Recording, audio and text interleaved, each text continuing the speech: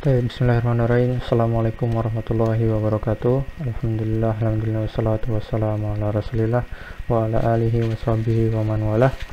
Amma ba'du, alhamdulillah, puji syukur kehadirat Allah subhanahu wa ta'ala yang telah memberikan nikmatnya kepada kita untuk kembali berjumpa dalam materi sorof. Insyaallah kita akan lanjutkan kaidah sorof yang telah kita pelajari bersama.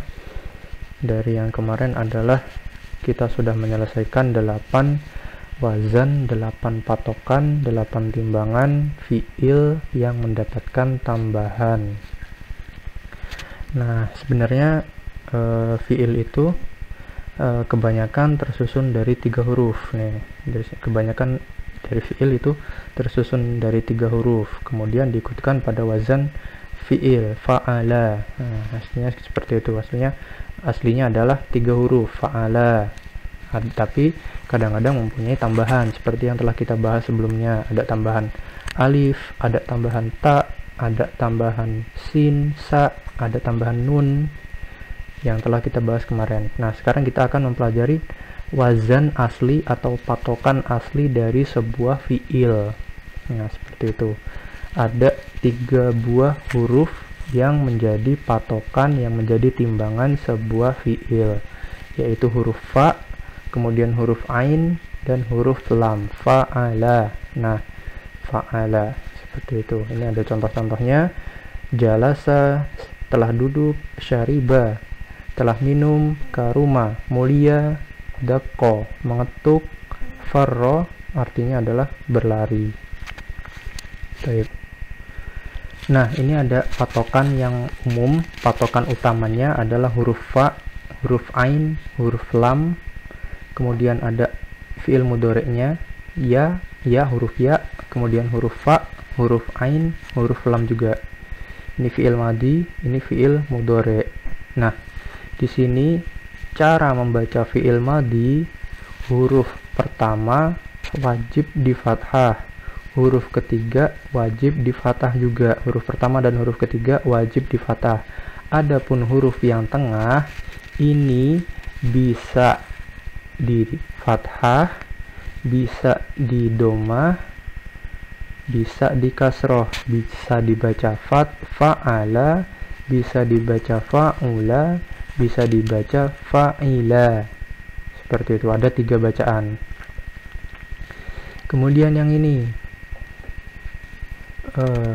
ada ya yang harokatnya wajib fathah, kemudian fa harokatnya wajib sukun, yang ain ini belum ada huruf harokatnya, yang ini huruf terakhir la ini wajib berharokat dhammah. Nah, huruf ain juga gitu. Di sini kadang-kadang kadang-kadang bisa berharokat fathah, kadang-kadang bisa berharokat dhammah, kadang-kadang bisa berharokat kasroh. Bisa dibaca yaf'alu, bisa dibaca yaf'aulu, bisa dibaca yaf'ailu. Seperti itu. Nanti ada patokan sendiri seperti itu. Nah, ini adalah patokan yang pertama. Pembacaan dibaca dengan fa'ala yaf'aulu. Nah, ini fa'ala yaf'aulu. Patokannya yang pertama adalah fa'ala yaf'ulu. Nah, untuk patokan ini para ulama biasanya membuat contoh nasoro yansuru, yang artinya adalah menolong. Nah, nasoro ini wajib dibaca fathah semua. Nasoro, nggak boleh sonya ini nggak boleh di domah, nggak boleh di kasroh, wajib di fathah. Seperti itu. Itu juga yang fi'il mudhari'nya yansuru, wajib ini di domah, nggak boleh di fathah, nggak boleh di kasroh, wajib dibaca yansuru. Nasoro yansuru, nasoro yansuru, yang artinya adalah menolong, telah menolong, sedang menolong, akan menolong. Nah, di sini dalam menentukan contoh ini tidak sembarangan. Di sini ada ceritanya. Kira-kira ceritanya seperti ini.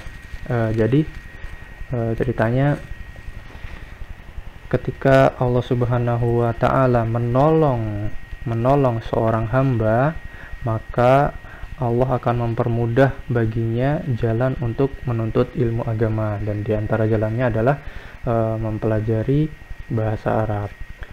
Kemudian ketika hamba tersebut mulai belajar, maka dia sudah pasti mendapat banyak kesulitan, merasa mendapat kesulitan, susah menghafal, cepat lupa, tidak paham-paham, bahkan sampai gurunya itu memukul dia.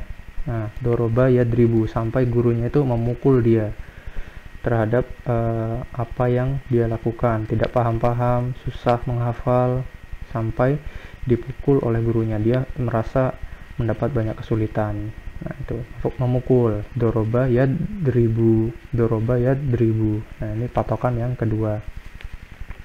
Patokan yang kedua untuk wazan fa'ala yaf'ilu, contohnya adalah doroba yadribu, gurunya memukul dia karena dia tidak paham-paham, kemudian dia merasa kesulitan dalam mempelajari suatu ilmu, apalagi ilmu nahwu dan shorof, seperti itu. Kemudian dengan pukulan itu dia sadar bahwasannya menuntut ilmu itu membutuhkan pengorbanan yang besar, pengorbanan tenaga, pengorbanan biaya, pengorbanan yang lain, dan juga memerlukan kelapangan dada, sehingga Allah membukakan hatinya, membukakan jiwanya untuk selalu istiqomah dalam menuntut ilmu. Fataha yaftahu, membukakan hatinya. Ini wazan patokan yang ketiga dari fa'ala yaf'alu, dari jenis fa'ala yaf'alu, fataha yaftahu. Kemudian ketika dia mulai mengetahui alima ya'lamu, ketika dia mulai mengetahui sedikit demi sedikit ilmu yang Allah ajarkan padanya, ilmu yang Allah berikan kepadanya, maka dia akan menjadi orang yang dianggap, diperhitungkan oleh penduduk langit dan penduduk bumi apabila dia niatnya ikhlas karena Allah Subhanahu wa taala. Maka penduduk langit dan penduduk bumi akan menganggapnya sebagai seorang yang berilmu. Hasiba yahsibu, menganggap, memperhitungkan. Ini adalah wazan dari fa'ila yaf'ilu, hasiba yahsibu. Dan pada akhirnya dia akan menjadi orang yang baik dan bagus agamanya dan akhlaknya. Hasuna yahsunu, hasuna yahsunu, mengikuti wazan fa'ula yaf'alu. Nah, itu adalah akhir yang membahagiakan bagi seorang penuntut ilmu, akan menjadi baik dan bagus agamanya serta akhlaknya. Finish, selesai. Kita sudah menyelesaikan 6 buah patokan, 6 buah wazan dari fiil 3 huruf. Fa'ala yaf'ulu, fa'ala yaf'ilu, fa'ala yaf'alu. Gitu juga yang lainnya. Nah, ini adalah ringkasan dari ke-6 buah patokan yang harus kita hafal agar kita bisa menentukan jenis-jenis fiil lain masuk ke patokan yang mana.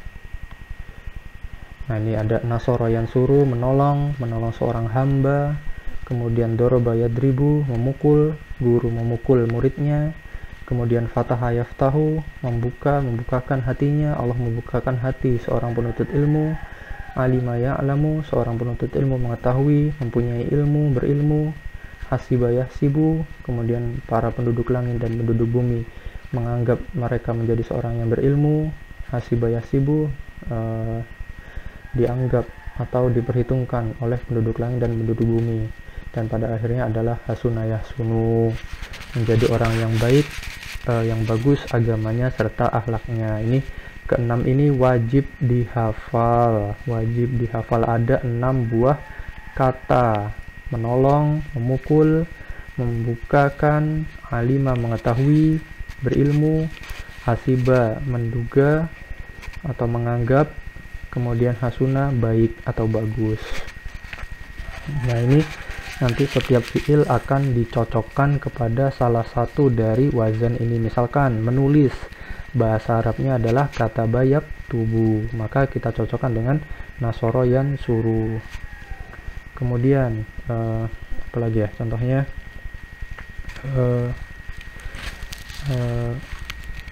karuma yakrumu, maka artinya mulia, maka cocokkan dengan hasuna yahsunu. Nah, seperti itu yang untuk fiil-fiil yang lainnya. Mudah-mudahan bisa dipahami.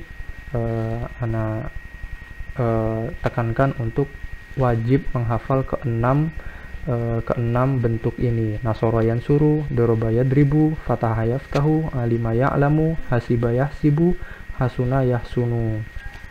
Seperti itu. Ini untuk fa'ala, fa'ala, fa'ala, fa'ala. Kalau ini fa'ila, kalau ini fa'ila, kalau ini fa'ula. Kalau ini yaf'ulu, yaf'ilu, yaf'alu, yaf'alu, yaf'ilu, yaf'ulu. Nah, seperti itu. Bedanya adalah di huruf ketiga.